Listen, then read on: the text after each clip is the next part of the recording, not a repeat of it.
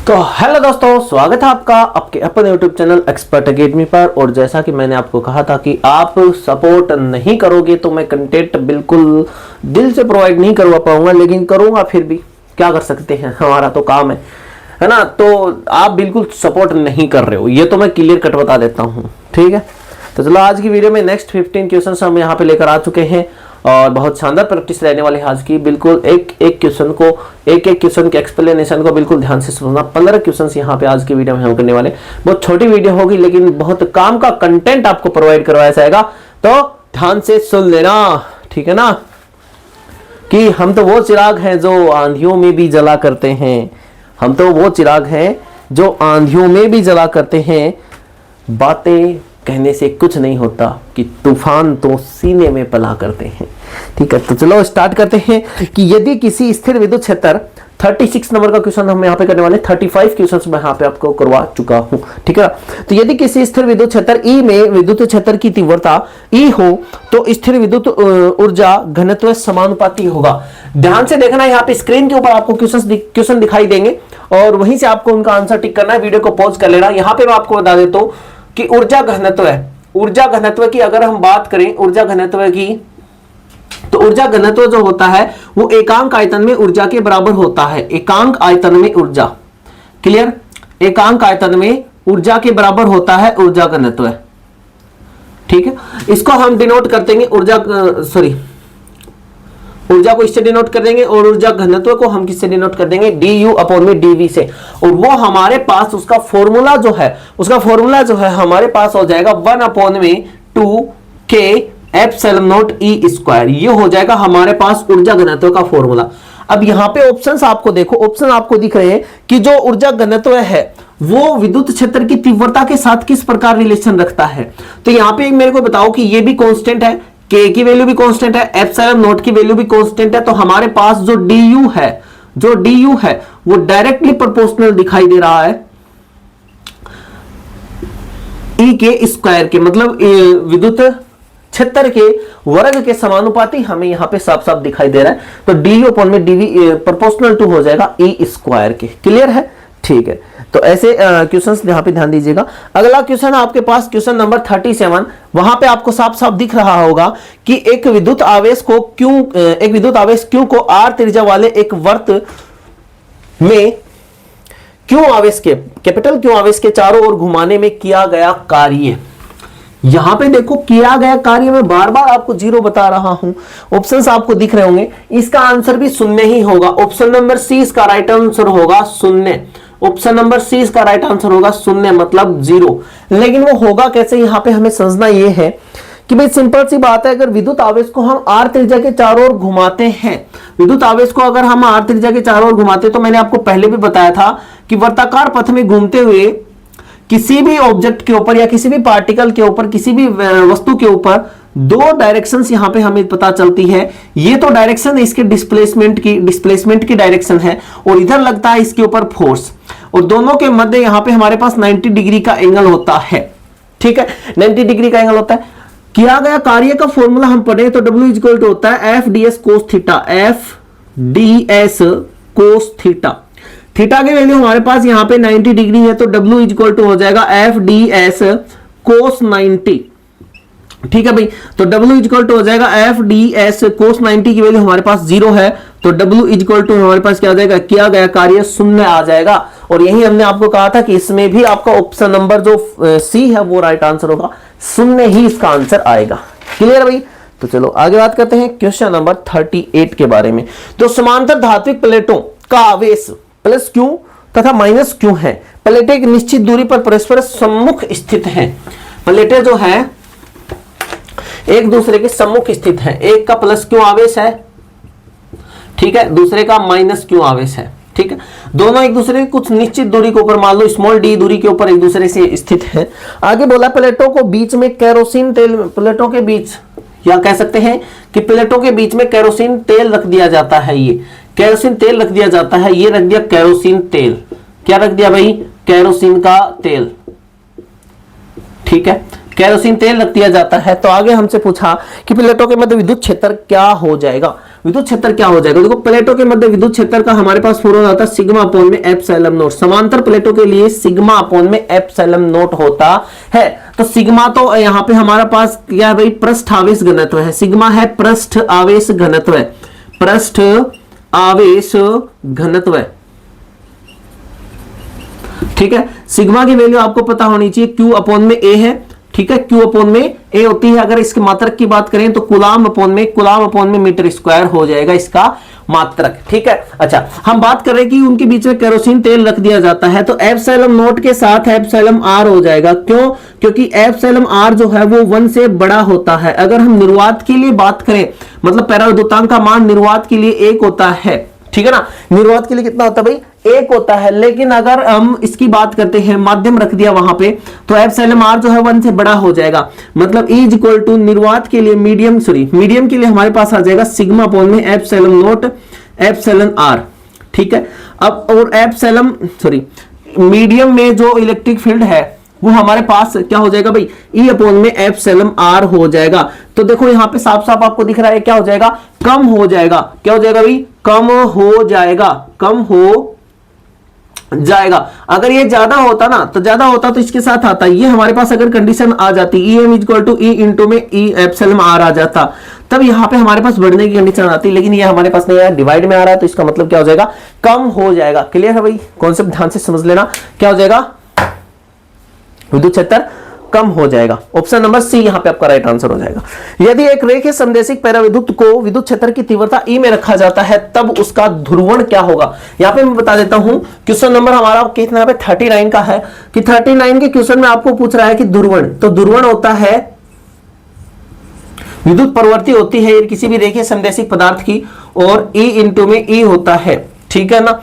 विद्युत क्षेत्र तो ये एक कांस्टेंट वैल्यू होती है किसी भी मटेरियल के लिए, तो P जो है वो डायरेक्टली प्रोपोर्शनल होता है E के, ठीक है ना। तो यही P क्या है, यहाँ पे आपका ध्रुवण है। क्या है P, ध्रुवण है। और ये क्या है, विद्युत क्षेत्र की तीव्रता, और ये क्या है, विद्युत क्षेत्र की प्रवृत्ति, ठीक है ना। तो यहाँ पे आप ध्यान से देखेंगे कि E के समानुपाती, ऑप्शन नंबर E यहाँ पे आपके पास राइट आंसर है। E के यहाँ पे आपको डायरेक्ट प्रोपोर्शनल दिख रहा है, मतलब समानुपाती दिख रहा है, तो ऑप्शन नंबर E लास्ट वाला ऑप्शन यहाँ पे आपका राइट आंसर होगा, ठीक है। तो चलो अगले क्वेश्चन के बारे में बात करते हैं, क्वेश्चन नंबर 40। आज हम यहाँ पे 50 तक करने वाले हैं, मतलब आज हमारे 50 क्वेश्चन कंप्लीट हो जाएंगे। R त्रिज्या के एक आवेशी चालक गोलीय कोष के केंद्र से 3r/2 दूरी पर, मान लो ये R त्रिज्या का एक गोलीय कोष है, इसकी त्रिज्या है कैपिटल R। 3r/2 कितना हो जाएगा भाई, सिंपल सी बात है, कितना होता है 1.5 इंटू में R, मतलब R से तो बाहर जाएगा कहीं ना कहीं, यहां तक आ जाएगा, ठीक है ना। R से बाहर यहां तक आ जाएगा। इस यहां पे कोई पॉइंट P है, ठीक है, इसके बाहर स्थित है, और ये कोई गोलीय कोष है, ठीक है। केंद्र से r/2 दूरी पर विद्युत क्षेत्र क्या होगा, ठीक है ना।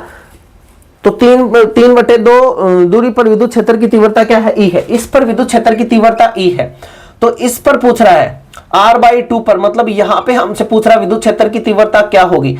तो ये तो देखो एक चीज ध्यान से देखो कि आगे पृष्ठ के ऊपर जितनी होती है वही ही इतनी होगी, तो ये तो हो जाएगा हमारे पास E, ठीक है। लेकिन पृष्ठ की नहीं पूछ रहा, हमसे क्या पूछ रहा है, अंदर की पूछ रहा है। त्रिज्या आधी कर दी, तो अंदर बिल्कुल चार्ज इज इक्वल टू 0 है, आवेश नहीं है, बिल्कुल अंदर से खाली है, गोलीय कोष है। आवेश ही अगर प्रेजेंट नहीं है तो सिंपल सी बात है, आवेश ही नहीं है तो क्या होगा, विद्युत क्षेत्र भी नहीं होगा। तो E का मान यहां पे क्या हो जाएगा, 0 हो जाएगा, ठीक है ना, 0 हो जाएगा। ऑप्शन नंबर ए यहां पे आपका राइट आंसर होगा, ठीक है भाई।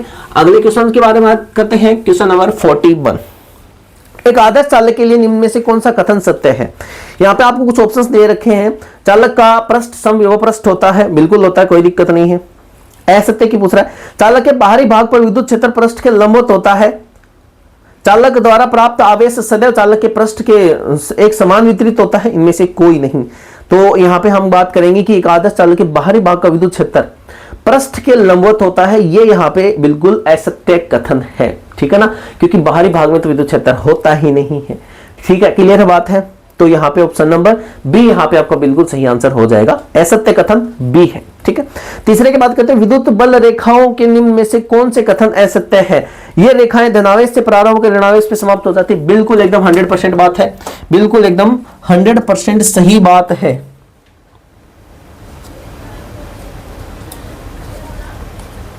क्लियर है? हाँ ठीक है, देख लेना भाई। यहां पे हमें कह रहा है कि धन आवेश से प्रारंभ होकर, पॉजिटिव आवेश से प्रारंभ होकर नेगेटिव पे समाप्त हो जाती हैं, बिल्कुल ऐसे ही चलती हैं विद्युत क्षेत्र रेखाएं। पॉजिटिव से स्टार्ट होंगी, नेगेटिव पे चली जाएंगी, पॉजिटिव से स्टार्ट हुई, नेगेटिव पे चलेगी, बिल्कुल ठीक बात है। अगला ऑप्शन क्या बोला कि यदि से आवेशित चालक के पृष्ठ के लंबवत होती है, बिल्कुल 100% सही बात है, लंबवत होती है, परपेंडिकुलर होती है। आगे हमने बोला है कि ये सदैव बंद लूप का निर्माण करती हैं, ये बात गलत बोल दी भाई, बंद लूप का निर्माण नहीं करती। विद्युत क्षेत्र रेखाएं जो होती हैं, विद्युत क्षेत्र रेखाएं बंद लूप का निर्माण नहीं करती हैं। इसके अपोजिट हम कहें तो चुंबकीय क्षेत्र रेखाएं, चुंबकीय क्षेत्र रेखाएं जो होती हैं वो बंद लूप का निर्माण करती हैं। कैसे? देखो वो नॉर्थ से स्टार्ट होती है और साउथ तक जाती है, लेकिन मैग्नेट के अंदर वो साउथ टू नॉर्थ भी आ रही है और ऐसे एक स्ट्रक्चर बन रही है उनमें बंद लूप के जैसी। तो चुंबकीय क्षेत्र रेखाएं बंद लूप का निर्माण करती है, लेकिन विद्युत क्षेत्र रेखाएं बंद लूप का निर्माण नहीं करती हैं। ऑप्शन नंबर सी इसका सही होगा, ठीक है ना। चलो आगे बात करते हैं क्वेश्चन नंबर 43 के बारे में।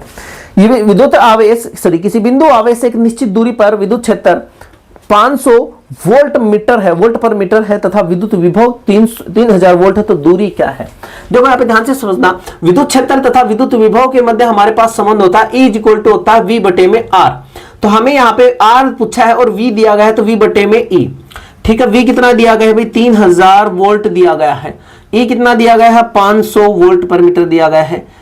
कैंसिल हो जाएगा, 6 आ जाएगा, तो आंसर आ जाएगा 6 मीटर, ठीक है ना। ऑप्शन नंबर ए यहाँ पे आपका बिल्कुल सही उत्तर हो जाएगा। चलो आगे बात करते हैं। पारे की 27 एक समान बूंदे एक समय पर 100 वोल्ट के समान विभव से आवेशित की जाती हैं। माना कि बूंद का आकार गोलीय है। यदि सभी बूंदे मिलकर एक बड़ी बूंद का निर्माण कर लें तो इस बड़ी बूंद का विभव क्या होगा? तो देखो यहां विभव के लिए आप एक रिलेशन याद रखेंगे, बिल्कुल शानदार सा रिलेशन है कि बड़ी जो बूंद है उसका विभव n की पावर 2/3 और ये छोटी बूंद का विभव, ये रिलेशन आप अगर याद रखेंगे तो आपको कभी भी कोई भी समस्या नहीं आएगी। तो चलिए यहां पे बात करते हैं कि बड़ी बूंद का विभव हमसे पूछा है, 27 बूंदें दी गई हैं, 27 2/3, छोटी बूंद का विभव दिया गया आपको 10 वोल्ट, ठीक है। ये कंडीशन हमारे पास है अभी। तो V = हमारे पास क्या आ जाएगा? 27, देखो 27 किसकी क्यूब होती है? 3 की क्यूब, और इसकी पावर 2/3 इंटू में 10 वोल्ट, 3 से 3 कैंसिल, ठीक है। तो V की पावर बच जाएगा 3 की पावर 2 इंटू में 10 वोल्ट, 3 की पावर 2 हो जाएगा हमारे पास 9 इंटू में 10 = हमारे पास आ जाएगा 90 वोल्ट, ठीक है ना। हमारे पास आ जाएगा आंसर 90 वोल्ट। बहुत शानदार रिलेशन है भाई, इसको हमेशा ध्यान में रखेंगे, मोस्ट इंपोर्टेंट रिलेशन यहाँ पे मैंने आपको लिखाया है। तो ऑप्शन नंबर ए यहाँ पे बिल्कुल आपका सही उत्तर हो जाएगा। ऑप्शन नंबर ए आपका बिल्कुल यहाँ पे सही उत्तर हो जाएगा। चलिए आगे बात करते हैं अगले क्वेश्चन के बारे में। क्वेश्चन नंबर 30 सेंटीमीटर दूरी पर 2 न्यूटन पर कूलम मान का विद्युत क्षेत्र उत्पन्न करने वाले बिंदु आवेश का मान क्या होगा? ठीक है, देख लेते हैं। E = हमारे पास क्या होता है भाई? KQ/R², ठीक है। E की वैल्यू हमें यहाँ पे देखो क्या दे रखी है? E की वैल्यू हमें दे रखी है 2 न्यूटन, ठीक है, 2 दे रखी है। K की वैल्यू हमारे पास होती है 9 इंटू में 10⁻9, 9 इंटू में 10⁻9, क्लियर है।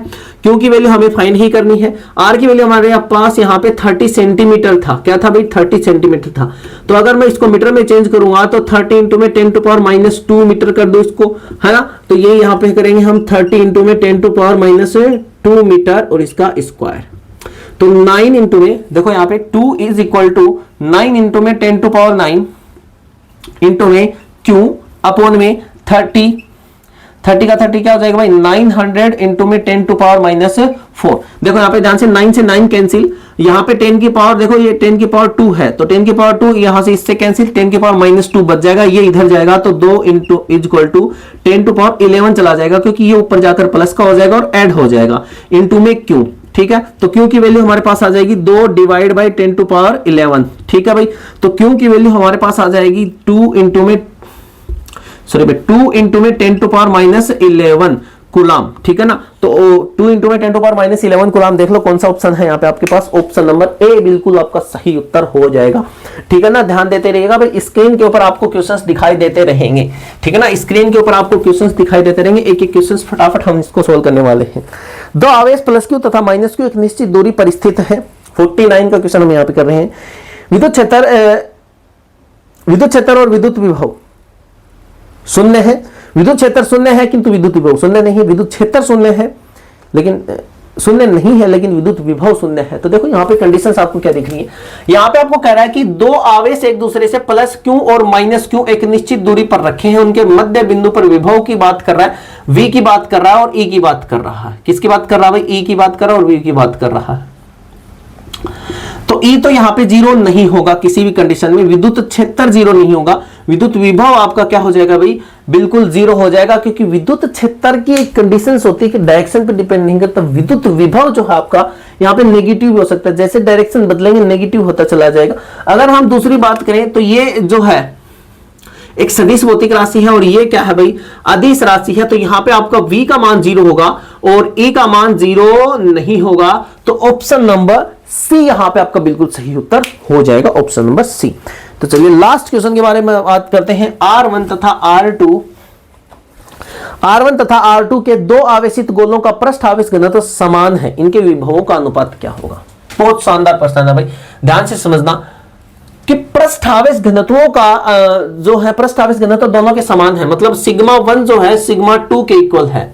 दो गोले हमारे पास स्थित हैं, दो गोले हमारे पास स्थित है, सिग्मा 1 और सिग्मा 2 उनके, इसकी रेडियस आपके पास R1 और इसकी रेडियस आपके पास R2, इसका विभव आपके पास V1, इसका विभव है V2, इसका चार्ज है Q1, इसका चार्ज है Q2, ठीक है भाई। इसका पृष्ठ आवेश घनत्व Q1 सॉरी सिग्मा 1 और इसका सिग्मा 2, ठीक है। अच्छा सिग्मा 1 जो है आपके पास इक्वल है सिग्मा 2 के, तो सिग्मा इज इक्वल टू हमारे पास क्या होता है भाई, Q बटे में A, ठीक है, Q1 बटा में A1 और यहाँ पे आ जाएगा Q2 बटा में A2। ध्यान से सुनना, बिल्कुल कंप्लीटली सॉल्व करके बताऊंगा, वरना मैं आपको डायरेक्ट इसका आंसर भी बता सकता था, लेकिन वो हम नहीं करेंगे। हम पहले कॉन्सेप्ट को समझेंगे देन हम इसका आंसर निकालेंगे, ठीक है। तो यहाँ पे ध्यान से समझो कि Q1 इज इक्वल टू यहाँ पे हमारे पास आया 4 पाई, एक स्फेरिकल है, स्फेरिकल का एरिया क्या होता है 4 पाई R स्क्वायर। तो R1 का square is equal to Q2 बटे में 4 पाई R2 का स्क्वायर। अगर यहाँ पे हम Q1 Q2 का रेशियो निकालें, Q1 अपॉन में Q2, तो देखो 4 पाई से 4 पाई आपका कैंसिल हो जाएगा, R1 ऊपर जाएगा, R1 का स्क्वायर बटे में R2 का स्क्वायर। ये हमारे पास रिलेशन बचेगा Q1 बटे में Q2 का। लेकिन Q1 बटे में Q2 हमसे नहीं पूछा अगले ने, हमसे तो विभव का पूछा है। किसका पूछा भाई, विभव का पूछा है। अगर V की बात करें तो V1 बराबर हो जाएगा KQ1 अपॉन में R1, KQ1 बटे में R1 और V2 इक्वल टू हो जाएगा KQ2 बटे में R2। अगर मैं दोनों को डिवाइड कर दूं, इन्हीं दोनों का हमसे क्या पूछा है भाई, अनुपात पूछा है, तो K से K कैंसिल आउट हो जाएगा आपका, V1 बटा में V2 आपके पास आएगा Q1 बटा में R1 इज इक्वल टू, ठीक है, R1 is equal to R2 बटा में सॉरी इज इक्वल टू नहीं आएगा भाई, यहाँ पे मल्टीप्लाई आएगा R2 बटा में Q2, ठीक है। इसको इधर ले आएंगे हम तो इसको लिख देंगे Q1 बटा में Q2 और इस मल्टीप्लाई में आ जाएगा R2 बटा में R1। अभी हमने एक रिलेशन निकाला था कि Q1 बटा में Q2 इक्वल टू किसके है, R1 का स्क्वायर बटे में R2 का स्क्वायर। तो V1 बटा में V2 इक्वल टू हो जाएगा हमारे पास R1 का स्क्वायर बटे में R2 का स्क्वायर इंटू में R2 बटे में R1। कैंसिल आउट कर दो, एक पावर से एक पावर कैंसिल। हमारे पास यहाँ पे V1 बटे में V2 का रिलेशन बच जाएगा R1 बटा में R2।